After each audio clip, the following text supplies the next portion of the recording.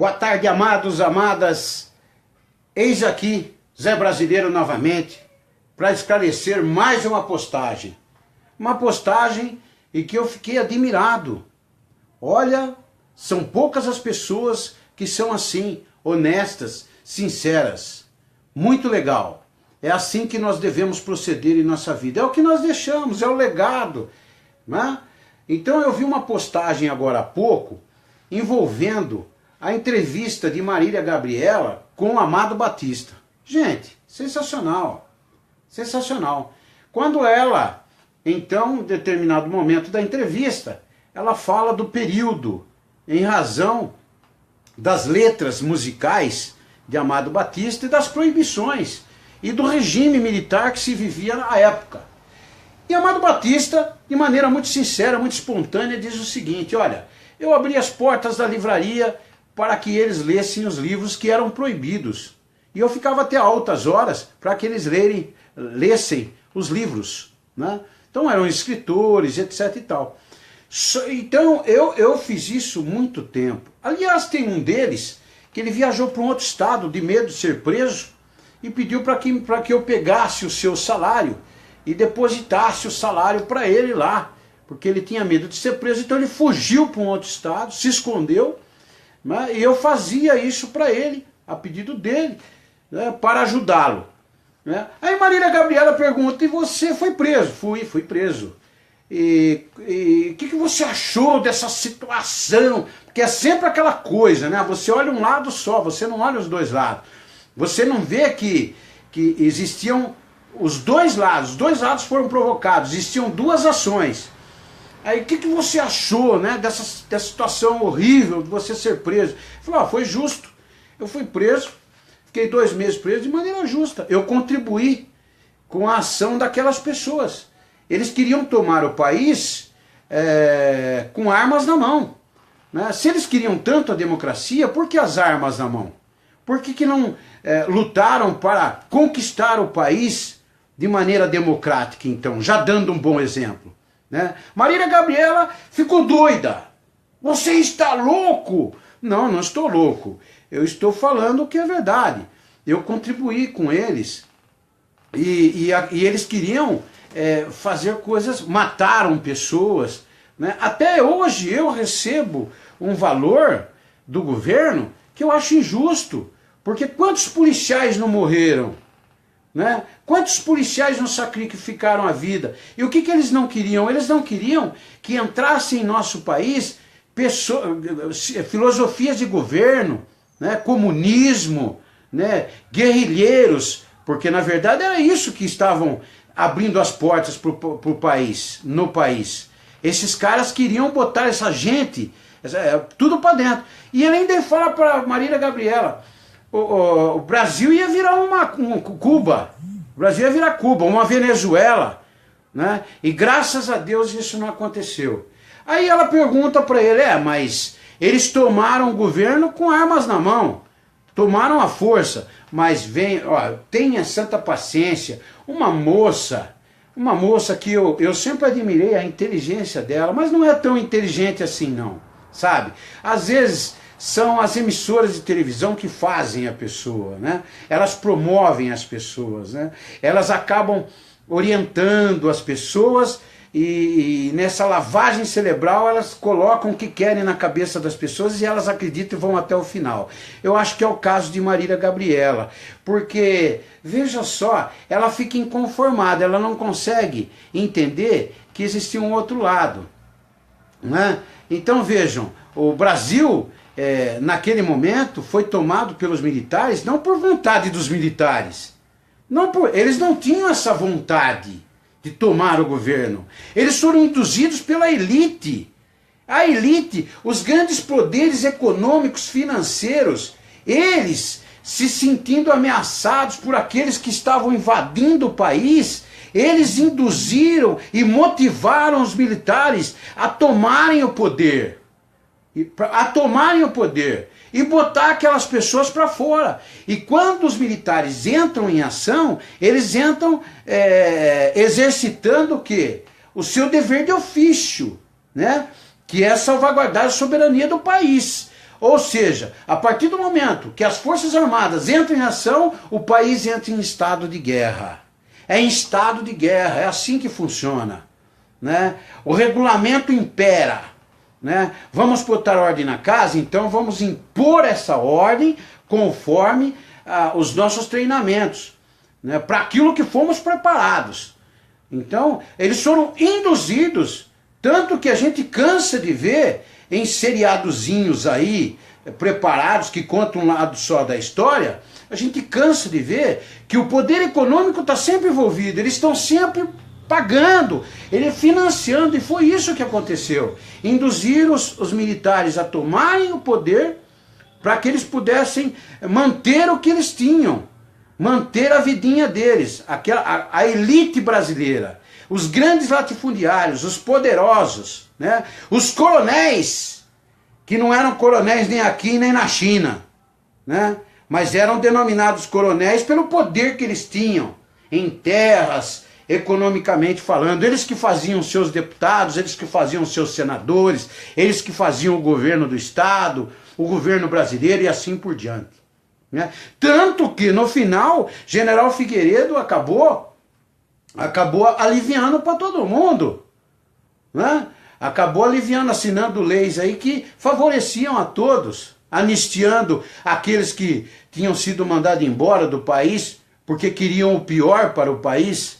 Então, aqui é o advogado do diabo, né? Aqui é o advogado do diabo. Eu fui militar 30 anos, né? E nunca, não me lembro de ter participado, de ter passado pela minha cabeça alguma coisa sobre ditadura. 30 anos, hein?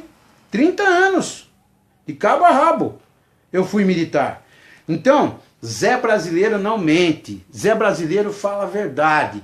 Então, senhora Marília Gabriela, a senhora está equivocada, a senhora precisaria tomar pé melhor da história, sabe? Olhar para os dois lados. A senhora só está olhando para o lado da senhora, do grupo que a senhora defendeu. Entende? Do grupo que a senhora defendeu. A senhora precisa olhar o outro lado, que tinha que cumprir com a sua obrigação. O estrito cumprimento do dever legal. E quantos não foram mortos covardemente? E quantos locais não explodiram covardemente e fizeram vítimas? E quantos trens pagadores não foram roubados, saqueados, como estão fazendo hoje? Não perderam o costume. Naquela época eles explodiam trens pagadores e roubavam tudo aquilo que pertencia ao país, que era pagamento das pessoas que prestavam serviço e tinham que manter as suas famílias. Hoje eles fazem exatamente a mesma coisa, só que hoje eles estão no governo. Hoje eles são deputados, senadores, governadores. Hoje eles roubam o país, saqueiam o país e levam todo o dinheiro que era para direcionar para a educação, para a saúde, para a segurança pública, né, para o social desse país. Eles são criminosos. Quantas pessoas não perderam as suas vidas em decorrência desses criminosos? Que desde de explodir trens pagadores até agora no governo, roubando e saqueando o país. São isso que eles são.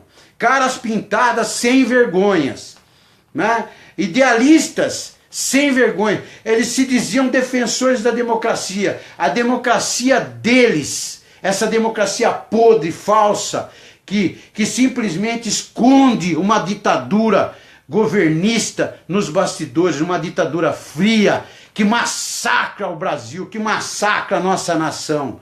É isso. Os defensores dos trabalhadores. Eu não sei como esse Lula ainda não está na cadeia.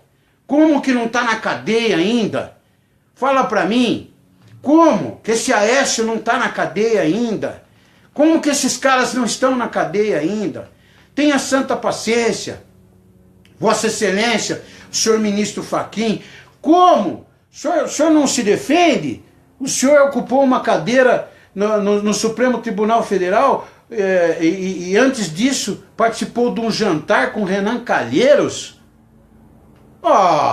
Ministro, tenha santa paciência, sabe? O outro ministro, a família que é uma das maiores fornecedoras de gado da JB. Tem, ó, gente, é o fim da picada. É o fim da picada, sabe? E outra coisa, hein? Estão falando em eleições indiretas, né? Eu vi uma postagem que eles jogam na rede para ver a reação. Eles jogam para ver, né, qual é que é, né? Então estão jogando na rede eleições indiretas, FHC presidente. Deus me livre! Vocês querem acabar de afundar o país? Querem acabar? Zé Brasileiro afirma para vocês. FHC conhecia a Petrobras de cabo a rabo desde 96. FHC escreveu livros. Leiam os livros. Eu não quero que ele venda livros, não, mas leiam os livros dele. Leem. Porque às vezes o sujeito se contradiz nas próprias escrituras de seus próprios livros. Entendeu? Então, FHC é o fim da picada. Tudo isso que está acontecendo, FHC poderia ter evitado lá atrás. Tudo. Ah, mas o governo dele executou o Plano Real. O Plano Real, gente, foi feito por um economista universitário. Um bambambão. O cara, ele mora em Nova York. Eu cheguei a assistir palestra do cara. Tem amigos meus que assistiram palestra dele. Ele conta como foi desenvolvido o Plano Real. O Plano Real foi entregue de mão beijada para os caras. Toma, é isso aqui, ó. Façam isso aqui, ó, para recuperar a economia brasileira. Então veja bem, não tem nenhum milagroso, salvador da pátria, não tem nada disso. O que tem são omissos. Omissos, FHC, Fernando Collor de Mello, Dilma, Lula, Aécio, Temer, quem mais vocês querem? Itamar Franco, todos eles. Entram tudo num balaio só, porque todos esses caras sabiam muito bem o que acontecia no país. Agora, o medo deles qual que era? Se a coisa fosse cortada, o parlamento não andava. O parlamento não andando, não eram aprovados as PECs, os projetos. Não aprovando as PECs e projetos, etc. e tal, o governo parava, o Brasil parava. E para que o parlamento andasse, precisava do quê? Din-din! Cascalho! Aqui, ó, bolso, ó. Tá vendo aqui, ó? Bolso. O que precisava era isso. Se não tivesse isso, o Brasil parava. Então o sistema está errado. É preciso rever o sistema. Então volto a repetir aqui, nessa postagem. Vamos revisar esse Código Penal. Vamos revisar essa Constituição Federal imediatamente. É preciso botar o país nos trilhos novamente, gente. Sabe? É preciso reeducar o povo brasileiro no sentido de entender que o Brasil tem solução e que o mal do Brasil são essas pessoas aí. É uma parte só. E a partir do momento que nós excluirmos essa parte, o Brasil volta a progredir, a proliferar. O Brasil volta a ser feliz, ser mais justo e mais honesto. Tenho dito. Um abraço para vocês, até a próxima postagem.